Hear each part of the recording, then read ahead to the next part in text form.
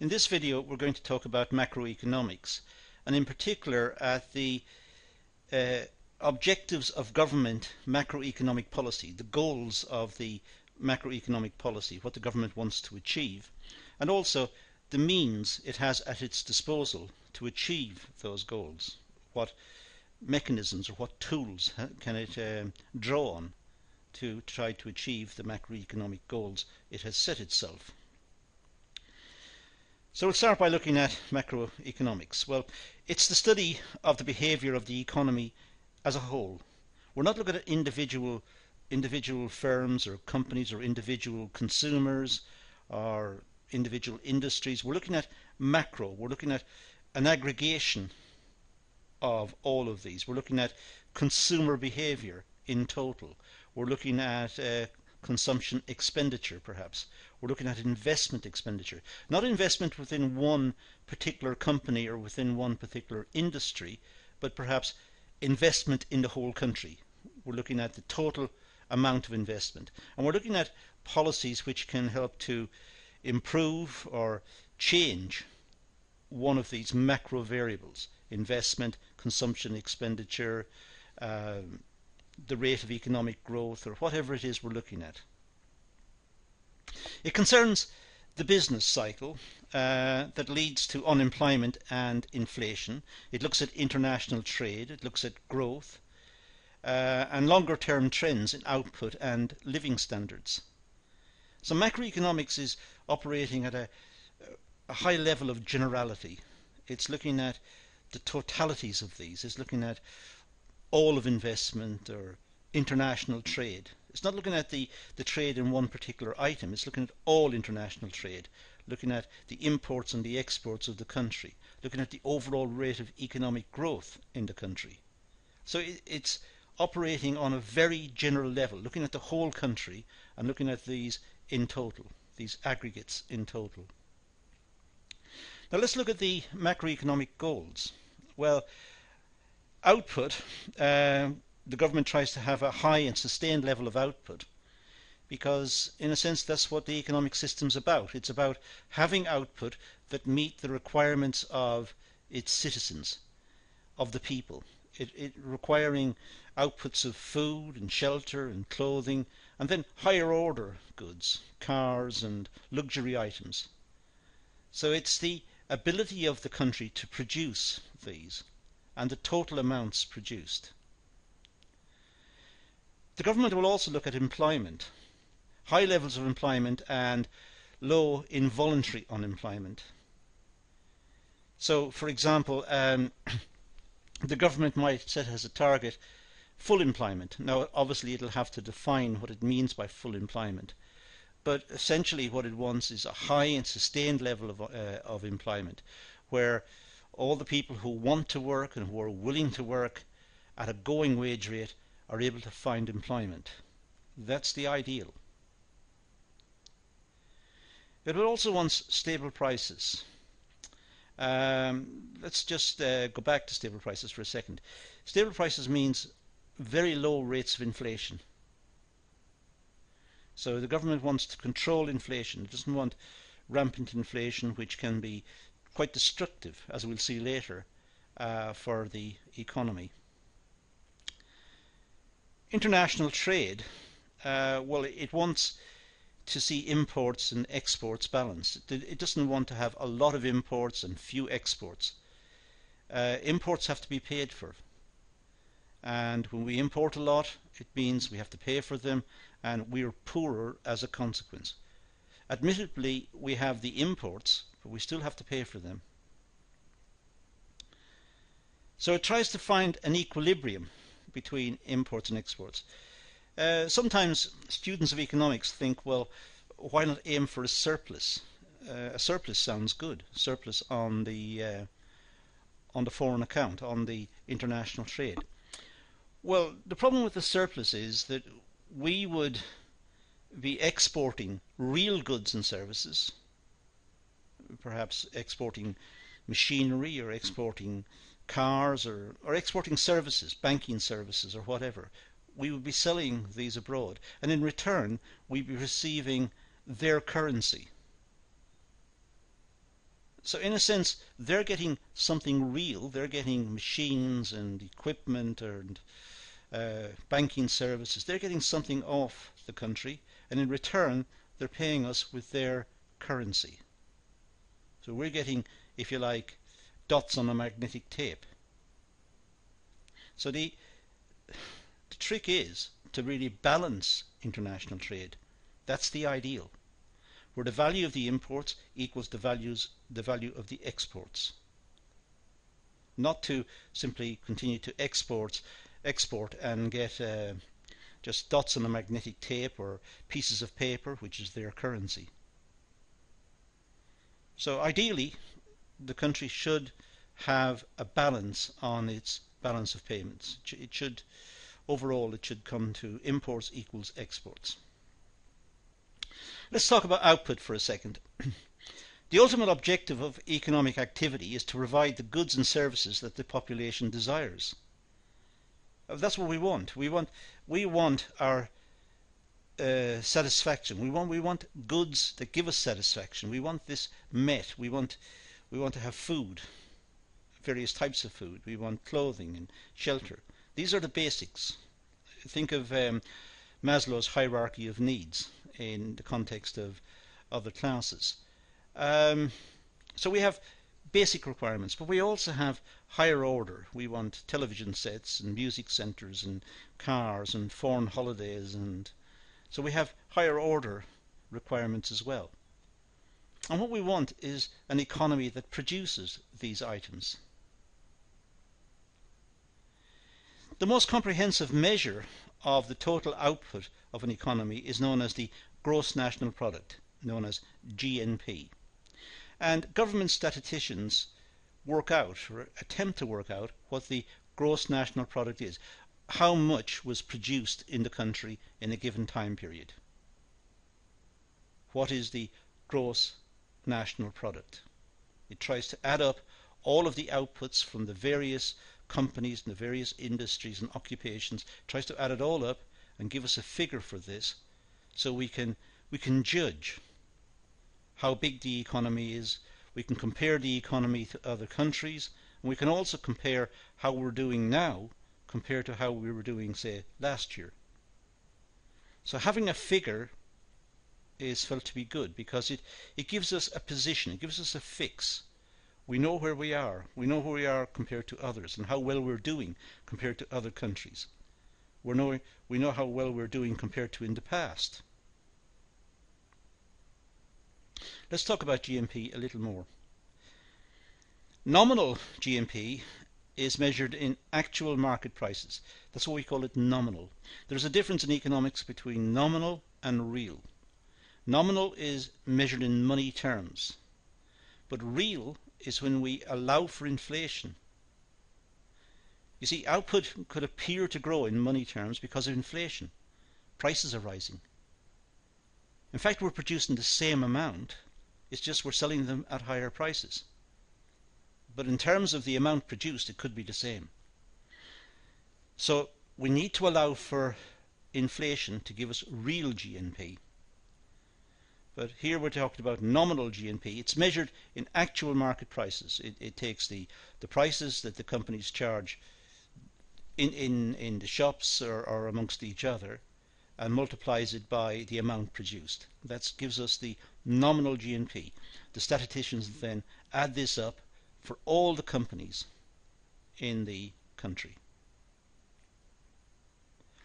So real GNP is calculated in constant, or if you like, in invariant prices, constant prices. So we take a baseline. We say, let's fix the prices at the year, whatever, the year 2000. Now we'll compare all prices and we'll compare, all outputs and all values against the year 2000. So we take the price level at the year 2000 and make that 100. Then we use an index to work out what the current prices are compared to the year 2000, and then we deflate the figures by that amount. So it's a calculation that statisticians can do. So we were able to work out the real output, to see what's happening to real output over time, the actual number of goods and services produced. not the money value of the goods and services, but the actual amount of goods and services, because we can control for prices. So there is a difference between real and nominal, and you should be clear about that distinction. Potential GNP is the long-run trend in real GNP. It's the long-run trend. That's the potential GNP. It represents the long-run productive capacity of the economy, or the maximum amount the economy can produce while maintaining stable prices. That's the potential GNP. If we look ahead on a graph, it would look something like that. We have this trend line, if you like. We have actual GNP, which is rising over the years. This is real GNP, by the way, real, allowing for changes in prices, could be in dollars or in pounds or in euros or in rupees or whatever. So we have changes in real GNP. The actual amount of output, let's say, is increasing, and it's increasing according to the blue line on the diagram. And then we fit a trend line in, which gives us an indication of what's happening in the economy. What's the underlying trend? In this case, the underlying trend is upwards. So more is being produced over time. Now let's turn our attention to unemployment. The unemployment rate measures the fraction of the labour force that is looking for but cannot find work. Now, this means they're looking for work at the going wage rate, but they can't find it. They can't find work. They're willing to accept the going wage rate, whatever that is, but they just can't find work. It includes all employed persons. The labour force includes all employed persons and those unemployed who are seeking jobs. So the labour force is the total of all the people working in jobs plus all the people who want work at that wage rate. So that's the total labour force.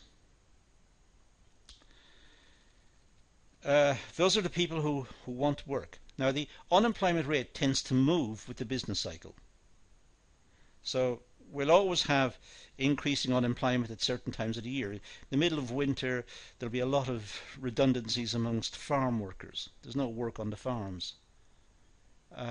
People who work beside the seaside in amusements and that sort of entertainment industry beside the seaside, well, not many people go to the seaside in winter. So they will be redundant as well in the winter. There'll be other times when there'll be a shortage of labour, perhaps. Sometimes coming up to Christmas, some companies may have to work extra hard to produce output to meet Christmas requirements. Now, stable prices. Well, the third economic goal is to maintain stable prices within free markets. So the government tries to control the price level. We'll find out when we deal with inflation in a different class that inflation can actually be very dangerous. It can lead to a complete collapse of the economy. If we lose confidence in money because prices is rising, it can lead to a collapse of the economy, which could mean a collapse of government, a collapse of the country. So controlling prices is very important. The government must do this. But the government must control prices whilst allowing the free market to work, because it's the free market mechanism that judges what customers want, what goods we want, when we want them, where we want them. These are entrepreneurial decisions. So the government doesn't take those decisions. Entrepreneurs take them. Business people take them. They do it in the interest of making profit. They don't do it out of goodwill. Chances are they do it because they want to make a profit. Let's be honest about that. But the government must control the overall price level. If inflation is rising what it deems to be too high, perhaps too high might need definition. It may be too high compared to what's happening in other countries. Or it may simply be that the government thinks it's too high in absolute terms anyway. Inflation is too high, so it needs to control it. So it's one of the major roles of government to try and control prices. Now in the UK, the government has largely handed this over to the Bank of England. So the Bank of England, who is independent of government, makes independent decisions of government, they control prices and try to ensure that inflation does not get out of hand. A market economy uses prices as a yardstick to measure economic value. That's how it works. We measure value using prices. We take the number of items produced and multiply them by the price. That gives us the value. Now, if prices are rising because there is some problem in the economy, perhaps too much money in the economy, then we have an issue that we're not too sure of the value of the output of that economy. We find it difficult to compare the output of the economy with other economies, or difficult to compare what's happening in the economy now with what happened, say, last year or 10 years ago. So it's important that the government control prices. Rapid price changes can lead to economic inefficiency. For a start, accountants find it difficult to value assets for a company. The assets are changing because the prices are changing, so the value of the assets are changing. Profits may appear to be bigger because prices have changed, but in fact the amount of output has remained the same. It's just because of inflation, the amount of output is multiplied by a bigger figure. Well, that can be problematic. But also, as customers, we find it difficult to keep up with changing prices. So sometimes we know, because of our lifestyles, we know what the price of certain items are. Well, in times of inflation, those prices will be changing rapidly. We have to search all the time to try and find the best value. Whereas in the past, we knew what the value of the item was and what the price should be. But now, because of inflation, we have to search for the best prices. And companies will have to do the same for perhaps raw materials. So it leads to inefficiency. As I said, this will be the subject matter of a separate video. Now, inflation itself, well, the most common measure of overall price level is the Consumer Price Index, CPI. The Consumer Price Index measures the cost of a fixed basket of goods bought by the typical urban consumer. So how we work out a price index is we look at what items people generally buy. We try to find out what items are popular. Perhaps eating out is popular, perhaps. Or people need to buy salt, or people buy bread, or people buy certain foodstuffs, a certain amount of fish or meat or whatever. So try to imagine a basket of goods which would be representative of what people tend to buy. Say people living in a city might buy. Now, how has the price of that basket of goods varied over a time period? So what the Statistics Office do is they pick out these items and then they ask a large number of families in the UK to keep a diary of what items they purchased and how much they paid. And then they take back the diaries and they analyse the prices that were paid and the amounts purchased and so on. And they're able to then estimate inflation out of that sample of data.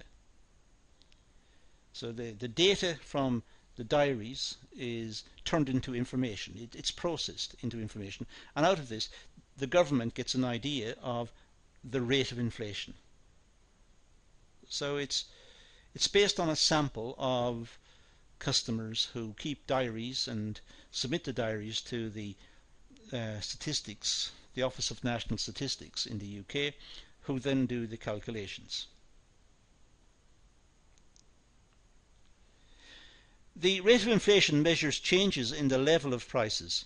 It denotes the rate of growth or decline of the price level from one year to the next.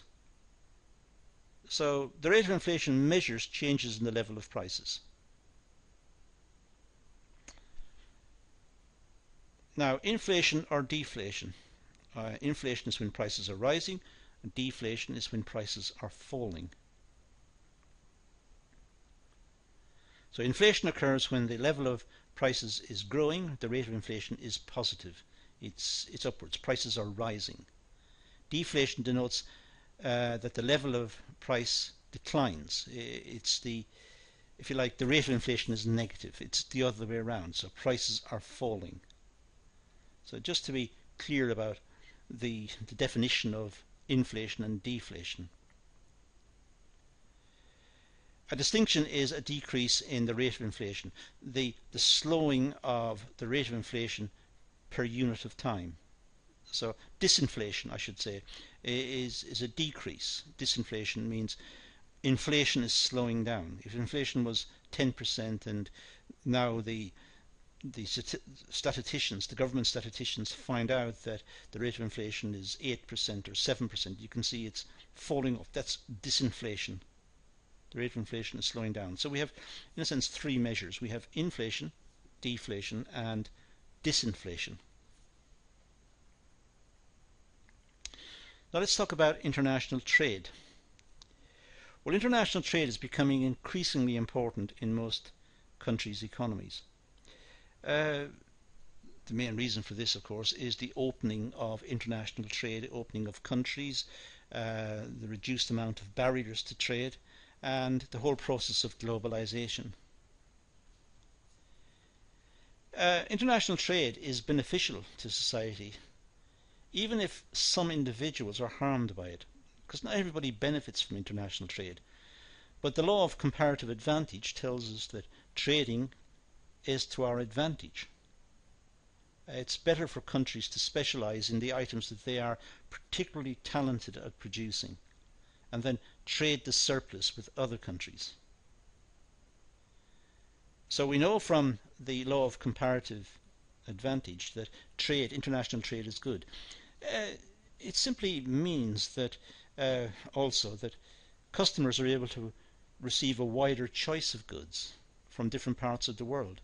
And it also gives peoples in other parts of the world who perhaps before were unable to find work or were unable to export their goods, they're able to find new opportunities, and it can promote economic growth in different countries throughout the world. International trade includes imports and exports of goods, of services, capital, borrowing and lending money. So international trade is not just imports and exports of goods, physical goods. It can be services, banking, insurance, tourism. Can be capital. Companies set up plants overseas, so they export capital. But it also can include financial transactions, borrowing and lending, for example, and insurance and so on. So international trade covers everything across national boundaries. Net exports is the numerical difference between the value of a country's exports and the value of its imports. So that's net exports. Net exports is simply the total value of the exports of the country minus or less the value of its imports. So that's its net exports. Its net imports would just be the total value of its imports minus its exports. Sometimes people import, or countries import more than they export.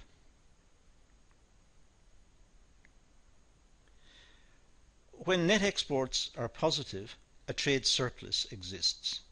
That's what we mean by a trade surplus. We have net exports. Exports exceed imports. That's a surplus. A trade deficit occurs when the value of imports is greater than the value of exports. So that's a trade deficit. They're very straightforward definitions, but they're ones which we must be aware of. We must know exactly what's meant by a trade deficit, a trade surplus, and so on.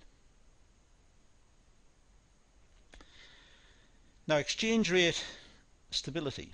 Well, foreign exchange represents the price of own currency, our own currency, in terms of the currency of another nation. That's all the exchange rate is. So if we have rupees and we want to convert them into dollars, how much do we have to pay? That's the exchange rate. If we have dollars and wish to convert them into UK pounds, how much do we have to exchange? So we work out the exchange rate. How many, if we're living in London and we want rupees, how many rupees will we get to the pound? That's the exchange rate. When a nation's exchange rate rises, the price of imported goods fall, while exports become more expensive. For foreigners, the nation becomes less competitive in world markets and net exports will decline. Now we'll see how this works exactly in other sessions on the exchange rate, but when the exchange rate is rising, let's say we're in London and we can get so many dollars to the pound. Now, if the exchange rate rises, that means we would get more dollars to the pound. So that would mean that the exchange rate has increased. We're getting more dollars to our pound. But the price of imported goods, let's say paid a fixed price in dollars, means we have to offer more pounds in exchange. Sorry, for exports. So it means the Americans will have to get more pounds to buy our exports if we're from the UK. So if the exchange rate rises and we get more dollars to the pound, then that means that the Americans who import our goods will have to find more. They'll have to find more to buy pounds. In other words, the price of exports has increased. Now for our imports, well, we're getting more dollars to the pound, so we can afford more imports. So imports would rise and exports will fall. The price of imports would fall, so therefore more imports. The price of exports would rise, so less exports. Now we'll see exactly how this works using diagrams in other classes, but essentially the exchange rate is very important because it determines the amount of imports and exports a country will have. It's simply the price of one currency in terms of another.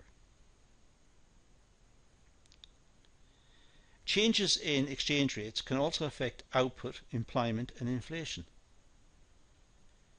Well, if the exchange rate is changing, so we have changing imports, volumes of imports and different volumes of exports, then of course that will affect employment.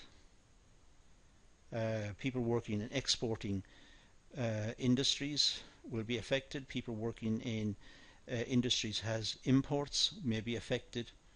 It could affect inflation, where the price of raw materials are rising coming into the country. So certain items may increase in price.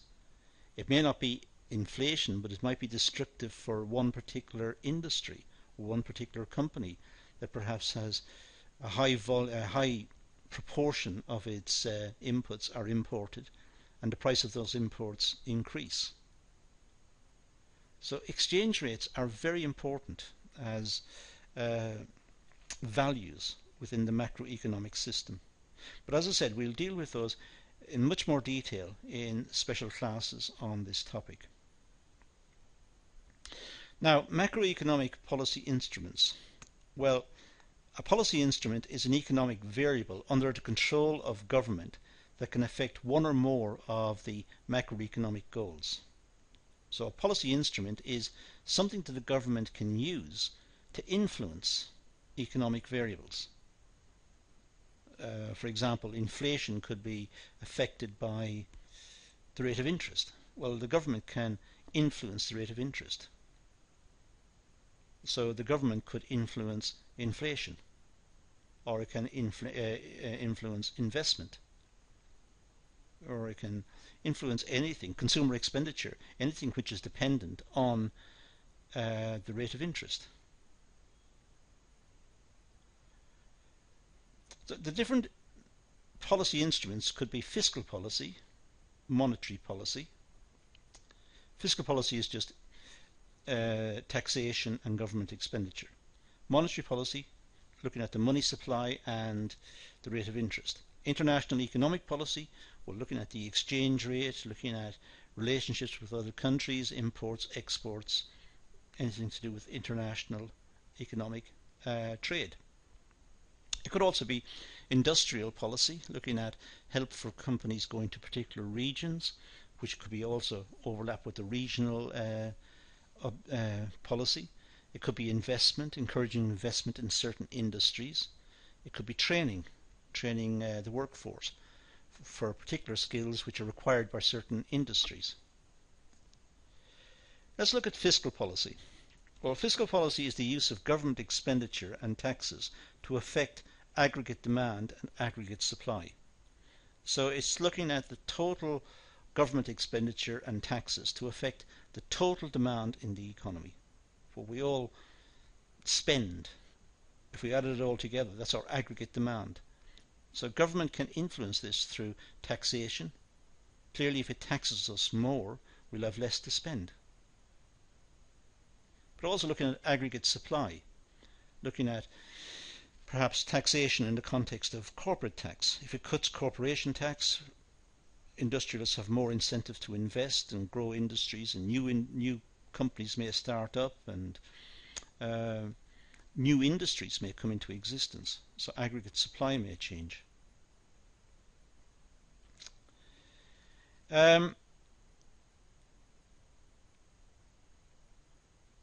Government expenditure includes government spending on goods and services. It determines the relative size of the public and private sectors. So the government can work out how much of the economy does it control and how much is left to the private sector. There's a big debate amongst many economists that what's the ideal size for the public sector. The public sector perhaps could be too big. The government could control too much of the economy, and that could damage the private sector. Sometimes it's called crowding out. The government has taken so much resources in the economy, there's nothing left for the private sector, so that the private sector can't develop. And it overlaps with other issues. For example, what would we call a centrally planned economy? Well, a centrally planned economy is one where the government controls the entire economy. In other words, the public sector is 100%. What would we call a purely capitalist economy? Well, where there's very little government activity. It's all private. That would be near to 0% public sector. And of course what we have is a mixed economy, which is somewhere in between. Now, whereabouts in between is a matter of debate. Some people say the public sector in some countries is far too big. Some people say they're not big enough. It's an issue for debate. Taxation affects the overall economy in two ways. Taxes tend to reduce the amount people spend on goods and services. So the more taxes we have, the less we have to spend on goods and services. So it will affect employment in the private sector. We buy less. We may also buy less imports, of course. Taxes affect market prices, thereby influencing incentives and behaviour. If we're taxed a lot, we don't buy the goods and services of the private sector, and the prices in the private sectors will have to fall, so profits will also fall. So there's less incentive for people to set up companies and employ workers, and the overall structure of the economy could be affected. So there is an amount that the government can tax up to. It's difficult to say what that is. There is one famous diagram known as the Laffer diagram, L-A-F-F-E-R. The Laffer diagram, and it just simply says that government revenue from taxes, well, if the government doesn't have any tax, the government revenue will be zero. Makes sense. But if the government has 100% tax, if it taxes everybody 100%, so every penny we earn we have to pay it to the government. If it does that, then nobody will work. Why should we work and just give everything to the government? Nothing left for ourselves.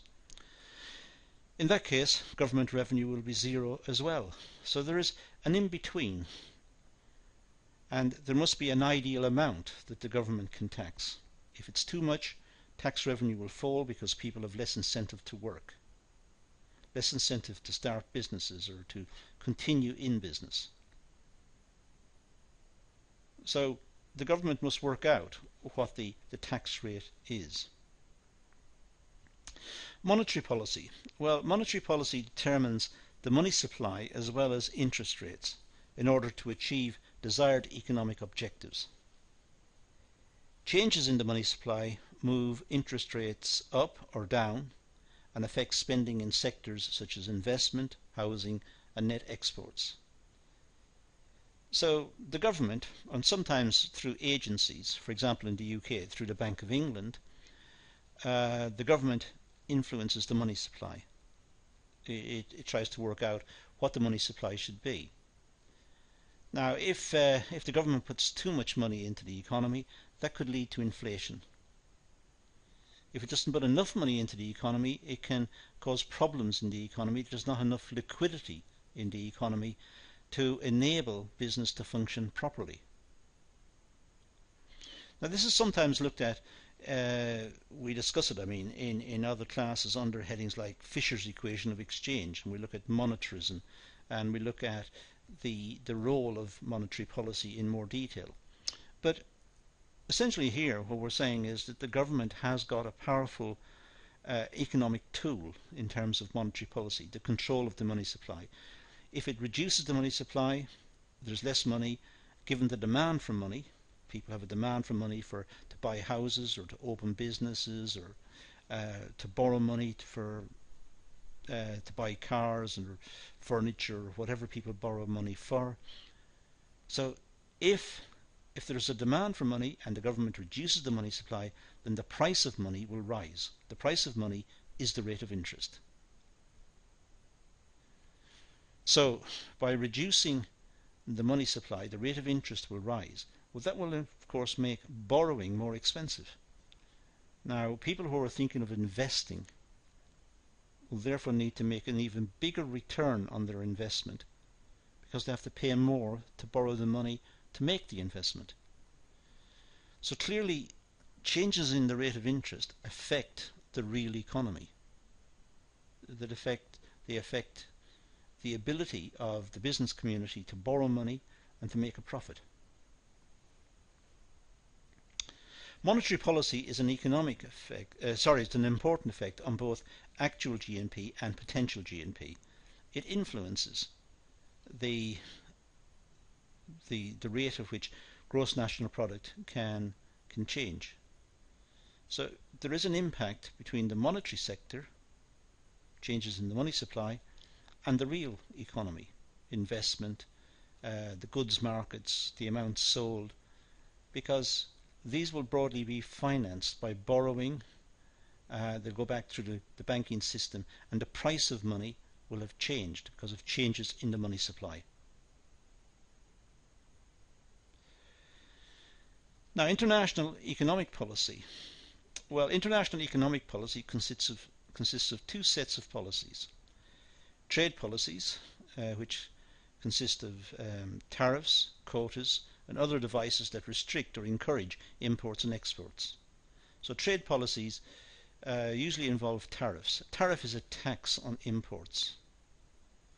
But it also could be a quota. For example, the government only allows so many items into the country, physically stops importation after the quota is reached. There could also be other devices that restrict or encourage imports. Sometimes governments may restrict imports for health reasons or for safety or for all sorts of reasons. So these are grouped under what we call trade policies. We also have exchange rate setting. The exchange rate represents the price of one currency in terms of the currencies of another nation, as I said earlier. And there are different systems to regulate foreign exchange markets. So the exchange rates, well, exchange rate, as I said before, is just the price of one currency in terms of another. But there are different ways of regulating foreign exchange markets. Sometimes the governments allow it to be freely floating, or other times governments may try to restrict imports by restricting currencies. Some countries adopt very rigorous controls on imports, so they may not make monies available to pay for imports, or imports may have to be taken into the country under license, and the conditions of the license will be that only certain amounts will be available to pay for the imports. So some countries are very strict, other countries are quite liberal and have open economies where it's up to individuals how much currencies they buy or sell or what to do. Now, there's also a possibility of something called an incomes policy. Now, this is really more economic history than practice today. So I said it's no longer used. An incomes policy was used in the past, for example in the UK. The idea here was incomes policies are a government's attempt to moderate inflation by direct steps, for example trying to legislate wages and control prices. Very difficult thing to do. By and large, I think historians would agree that these policies, or this type of policy, didn't work. Trying to control wages. Wages are determined by supply and demand, but trying to control wages is very difficult. Workers don't like it, employers don't like it. It ossifies the labour market, it restricts the labour market. And workers don't like it, they will go on strike and object to it, and that's what happened in the UK. And trying to control prices, that means controlling the whole economic system, because the economic system works through the price system. And trying to control prices, very bureaucratic, very, very complicated, and as I said, never really worked. They're the most controversial type of macroeconomic policy. Very difficult to implement, very controversial, not supported by the population, generally speaking. Now, macroeconomic policies and goals in practice. Well, macroeconomic policy requires choice amongst competing macroeconomic objectives. So we have to determine what are the objectives of the government. It's not always clear-cut what the objectives are. The objectives could be low unemployment. But does that mean high inflation? It could be high rates of economic growth. But what does that say about, for example, monetary policy and the provision of borrowing facilities to the private sector? So sometimes there are contradictions in the choice, and the government has to be clear about what macroeconomic policy it wants. There are economic dilemmas that need to be resolved. There's a trade-off between inflation and unemployment, generally speaking. At very low levels of unemployment, inflation tends to be higher. So sometimes countries have to live with high levels of unemployment to try and control inflation. Now, we've talked about this in the context of the Phillips curve in other classes, and we will see it again in more classes to come. But by and large, many economists see this as a type of trade-off. But it may be that we simply move to what's known as the natural rate of unemployment, which could be some quite high level of unemployment, and we stay put at that and try to bring inflation down. But that means that some people will find it very difficult to find work. Some people may never find work. Then we have to ask about the fairness or the efficiency of such a system.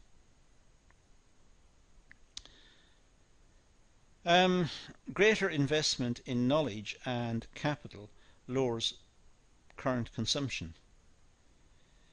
Well, if we have more investment in capital, that means the government is deflecting resources to perhaps industry, trying to build up industry. But that means there is less available for current consumption.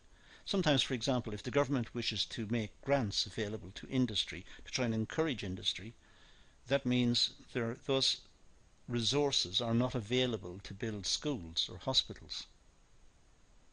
So we have to decide, what do we want? Do we want industry to build up so we have a more prosperous country and perhaps pay for the hospital later? Or do we want the hospitals and the schools right now, but then we'll be poorer in the long run? These are very difficult questions, very difficult to answer and very difficult to even contemplate in some respects. But there are big decisions to be made, and this is why we have such controversy often in politics, because politicians try to argue over the merits and demerits of the various cases. There is something, a little diagram that we could look at here. It's called the magic quadrangle. We have a quadrangle, we have a square, let's say, and we have the growth rate on the top, G. We have the unemployment rate on the left, foreign trade or the trade balance on the right, and inflation or the price level on the bottom. And then we could insert in how we're doing at this moment in time.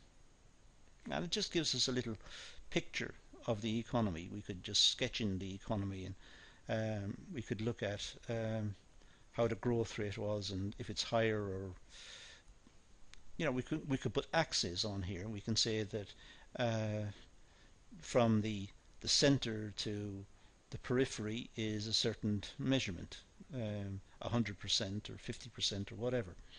But it just gives us a little picture of how the economy is doing. Now, economic variables. There are internal variables. These are policy instruments. For example, as I said before, fiscal policy, the relationship between government expenditure and taxation. Monetary policy, looking at the money supply and the rate of interest. Foreign economic policy, looking at exchange rates, but also looking at tariffs, obstacles to trade, globalization, looking at these sort of issues. Incomes policy or other, not very popular and mostly historic, has been used in the past, but we don't really talk an awful lot about it nowadays because we don't see it as something that would be possibly used in a modern economy. But it was used in the past to try and control incomes by law, so to control inflation. But there are external variables. These are unaffected by the economy. They're sometimes known as exogenous variables. Exogenous means they just simply happen outside of the system. If you like, they're shocks to the system. They happen from outside. They're exogenous. For example, the weather. Now this can be a problem in many countries. There may be droughts in many countries, not enough water, or there might be bad winters or hurricanes or typhoons. And in a situation where we're dealing with global warming and climatic change, this is likely to become even more of an issue in the future. So we'll have a lot of destruction caused by climate change, a lot of destruction in terms of typhoons and hurricanes and bad climate and so on. A lot of disruption as a consequence. So that's an exogenous variable. We also have population growth. We live on a small planet that circles the local sun, the local star. That's all we've got. We've only got this planet. One famous writer back in history, Thomas Malthus, Malthus. Malthus, very crudely, I'm not doing it justice here, but very crudely he said that the means of subsistence increases arithmetically. So in other words, the means of subsistence, our ability to feed ourselves and look after ourselves, this rises arithmetically. We get a 2% or a 3% growth rate every year. We work harder, we're able to use more land, and we're able to better use the land and so on. So we get a growth rate of whatever, 3%, 5%, whatever it is. But the population increases geometrically. So we have one male, one female, so we've got two people, and they get together, and we have another human being. So now the population has gone up to 3. That's a 50% increase in the population. Output has only gone up perhaps by 5%, but the population has gone up by 50%. Now if people have more than 2 children, that means the world population is growing. And there is not enough resource on the planet to feed them. So we have a major problem with world population. That's one of the reasons why China had a one-child per family policy, to try and reduce the population, bring it down to manageable levels. If they have only one child per family, then the population will start to fall. And then later, of course, if the population fell sufficiently, they could go back to perhaps 2 children per family. But what they were trying to do is try to manage their population. We also have wars and revolutions. These seem to be happening at an ever-increasing rate. They're based on all sorts of issues, disputes over land, disputes over historic problems, disputes over religion, disputes over you name it. And these take a lot of resources. Wars and disruption of this type are very destructive towards economic welfare. That's putting it very mildly.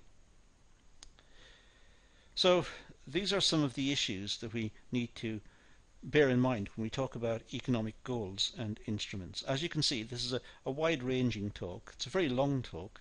I suggest that when you're revising from this class, you stop the video many times and have a break and come back and make your notes very carefully and understand all of the issues in the video. But you can see it's very wide-ranging, and it's very important because it hits many of the issues that we see in economic policy. And we need to amplify these, of course, by having separate classes on each of them, on fiscal policy, on international trade, and so on the money supply, and different issues, which we do. We have different classes for each of these. But to take an overall view, like this class is attempting to do, you can see the complexity of the issues.